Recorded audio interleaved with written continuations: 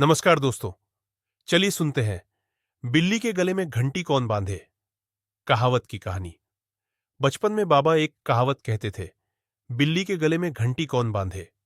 हमने कहा, बाबा ये कौन बड़ी बात है, बिल्ली पकड़कर आप लाइए घंटी तो हम बांध ही देंगे। तब बाबा ने हमें इस कहावत का किस्सा सुनाया। हमारे गांव में एक थे धनपत चौधरी। उनका एक बड़ा सा खेत खलिहान था। उसमें अनाज पानी तो जो था सो था ही, ढेरों चूहे भी भरे हुए थे।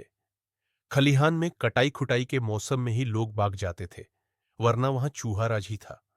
चूहे दिन रात धमा चौकद्दी करते रहते थे। धनपत बाबू ने एक मोटी बिल्ली पाल रखी थी। वह बिल्ली दिन दोपहर कभी भी चुपके से खलिहान में घुस जाती थी और झट से एक चूहे खा जाती थी। एक दिन चूहों ने एक बद्दी बैठक बुलाई।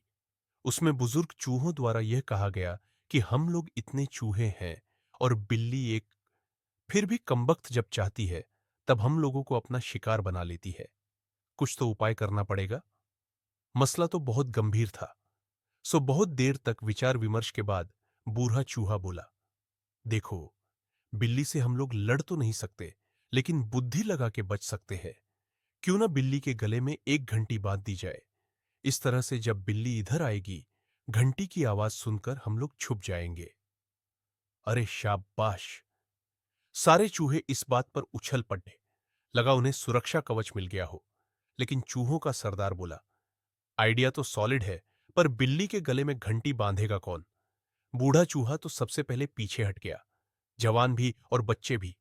कौन पहले जाए मौत के मुंह में, कौन घंटी बांधे। थे तो सब चूहे। सो रोज अपनी नियति पर मरते रहे। समझे मित्रों, इस कहानी से हमें यही शिक्षा मिलती है, ऐसी योजना से कोई लाभ नहीं जिसे लागू न किया जा सके। और यही इस कहानी का अर्थ है।